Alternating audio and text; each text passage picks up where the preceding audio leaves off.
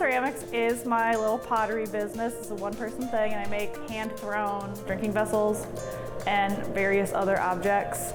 I use a technique called sgraffito to illustrate on my cups. So I'll like make the cup and then I paint it and then I carve back into it to make white lines and expose the raw clay to make the illustration on it. All my designs are fairly whimsical. I use a lot of pastel colors. I use a lot of like fun little designs, and it's just like stuff I like to see.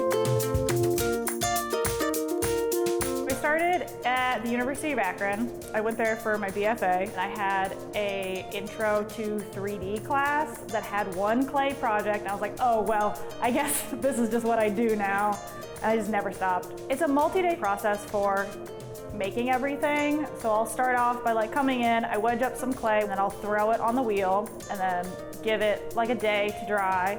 Come back the next day, I'll make handles, give it another day, come in, clean up the handles, paint all the underglaze on it, another day, and then come in and figure out what I'm gonna draw on it.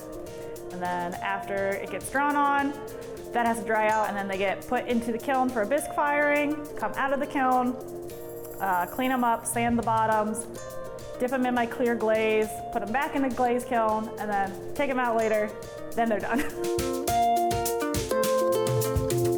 I share space with Grant Ederer. I feel like we really play off of each other, and our work both has increased. It's better since we've been working together. I work with clay in a couple different ways. I got into it for wheel throwing.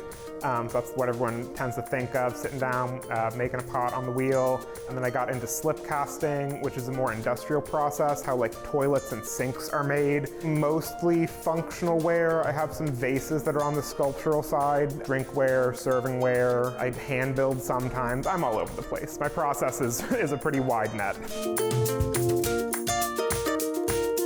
I definitely get landscape a lot, and I've leaned into that with some of my designs.